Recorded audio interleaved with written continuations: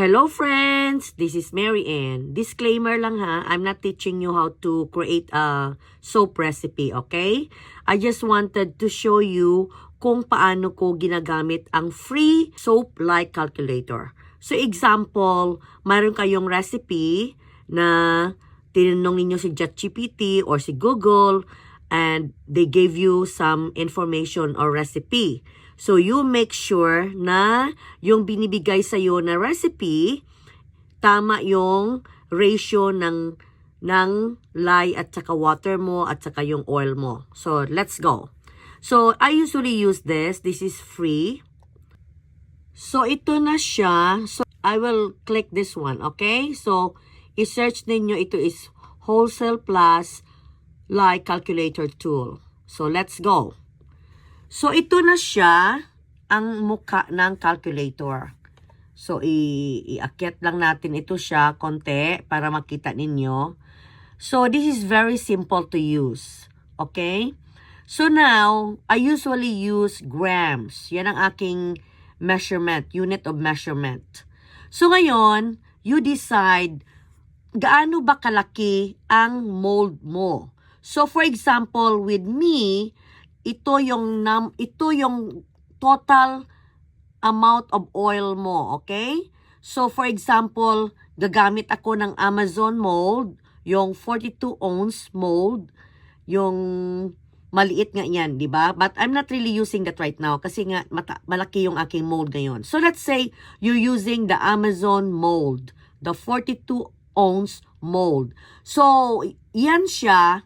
Pag gusto mo na medyo malaki yung sabon mo, let's use 1,200 grams ang total oil mo. So, let me type it now. I'm sorry, 1,200 grams. So, yan bali ang total oil mo. Kasi ang sabon, mini-measure with the use of total oils, okay?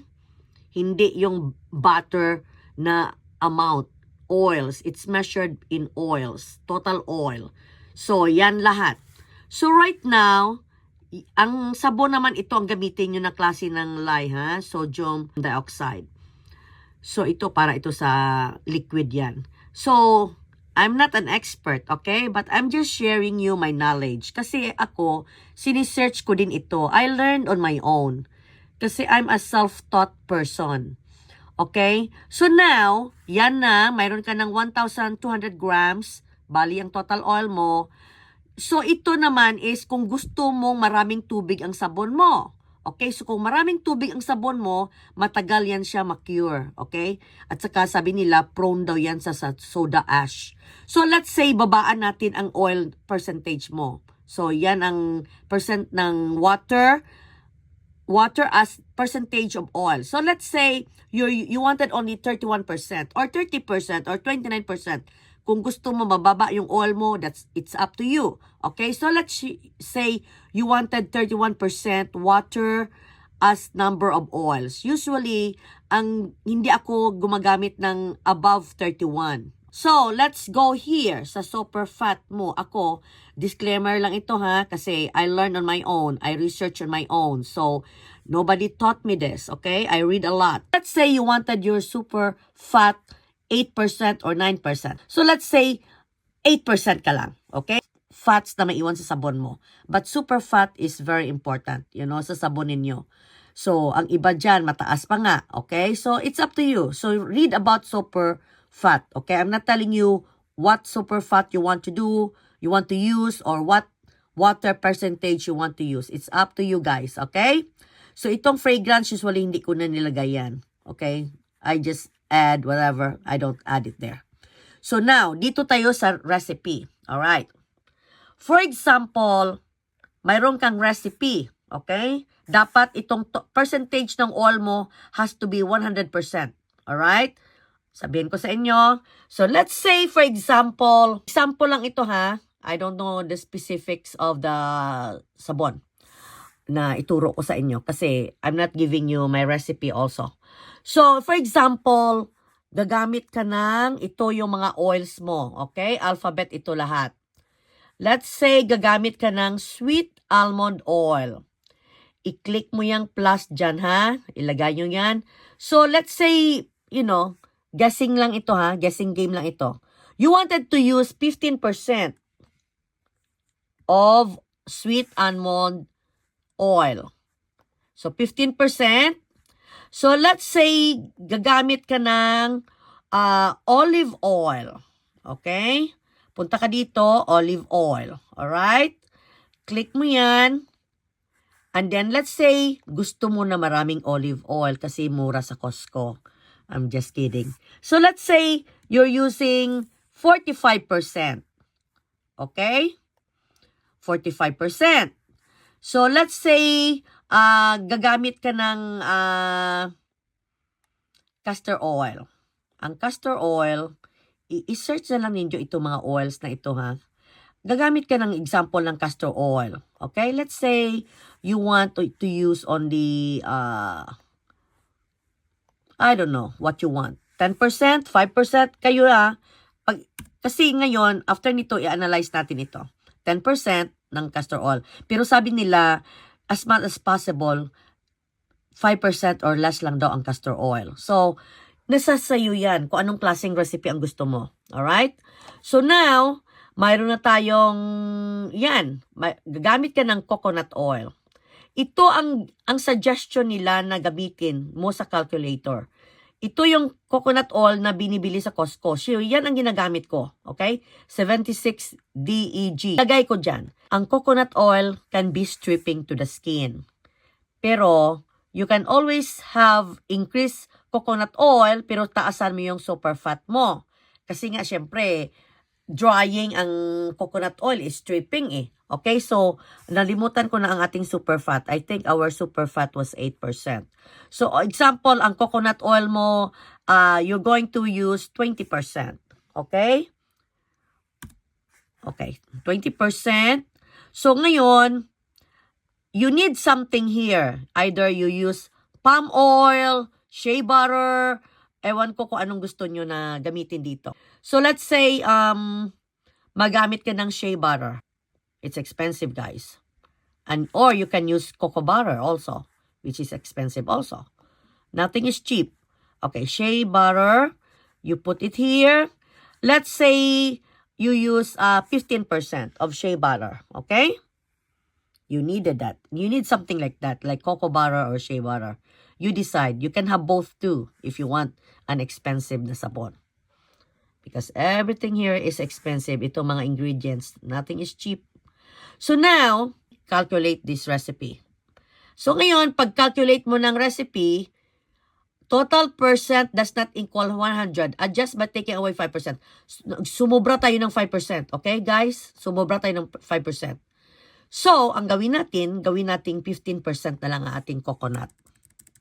Kasi stripping ang coconut. Okay. 15%. Okay, sumobra tayo. Yan, calculate. Ngayon, ngayon gagawa ka ng sabon, right? So, ang measurement mo will be in grams. Almond oil mo is 180 grams. Olive oil mo is 540 grams. Castor oil mo is 120 grams. Coconut mo is 180 grams. Shea butter mo is 180 grams. So, yan bali ang isang 1 loaf na sabon mo, yung Amazon mold. Okay. Ngayon, let's click view or print recipe. I-click mo yan. Okay. Click mo yan. Ngayon, magbigay siya ng report. I don't know if this recipe is good. So, ito na siya. Ang hardiness mo is 27. Ibig sabihin, itong sabon na ginawa natin is malambot. Kasi below siya ng range ng hardiness. Malambot ang sabon natin. Alright, guys? Ang cleansing natin, mababa. Kasi below 12. Ito, nakita ninyo ito?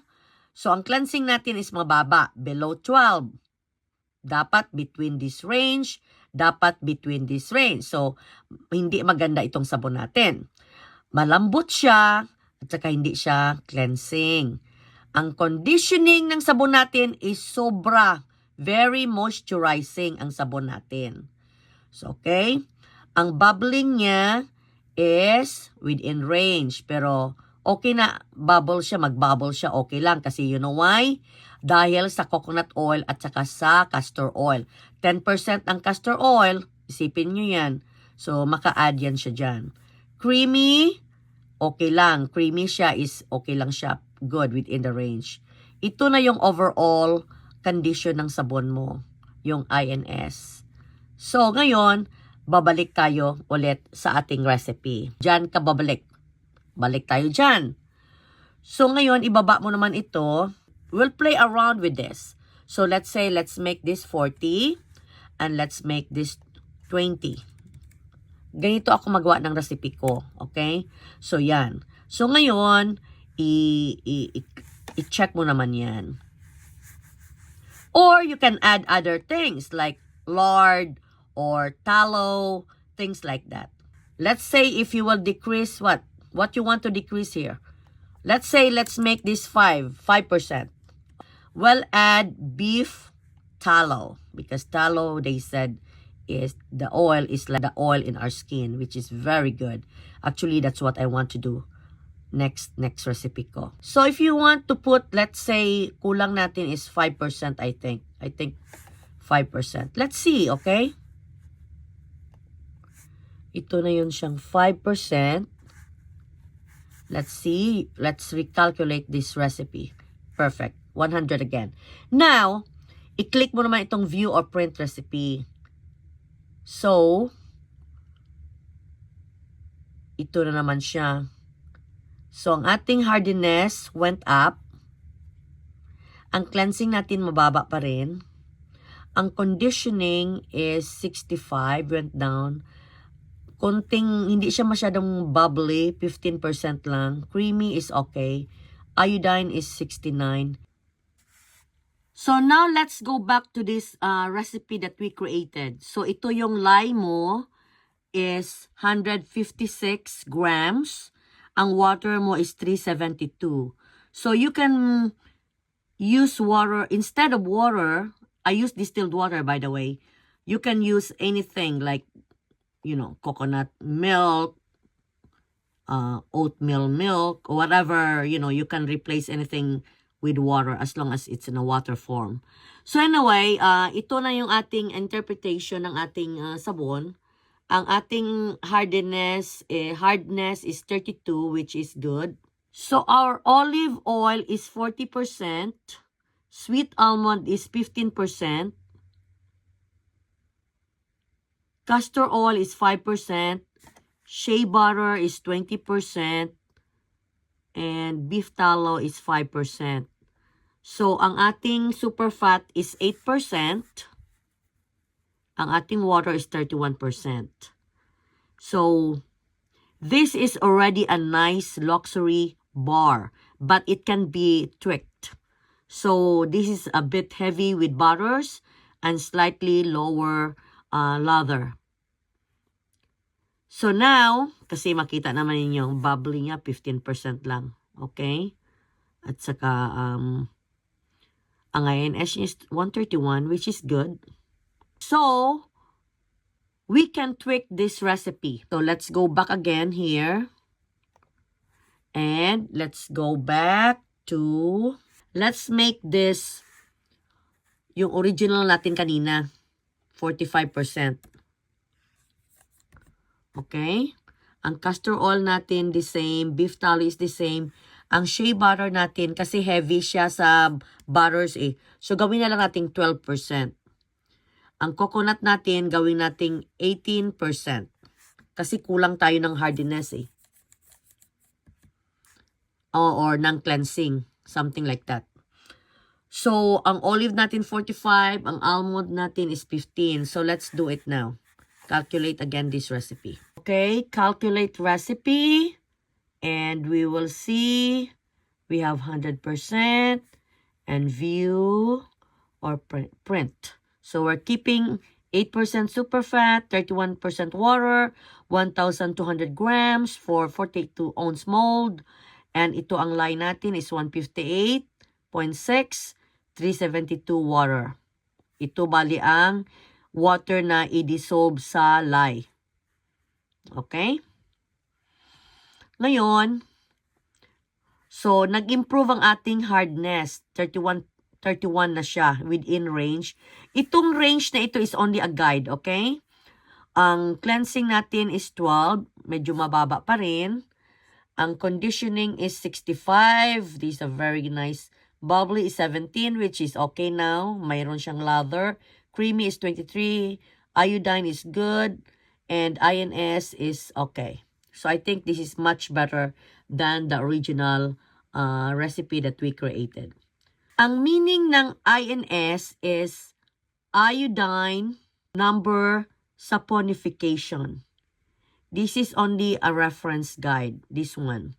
This means this one predicts the hardness of the bar, how the soap will feel overall, and its balance between cleansing and conditioning.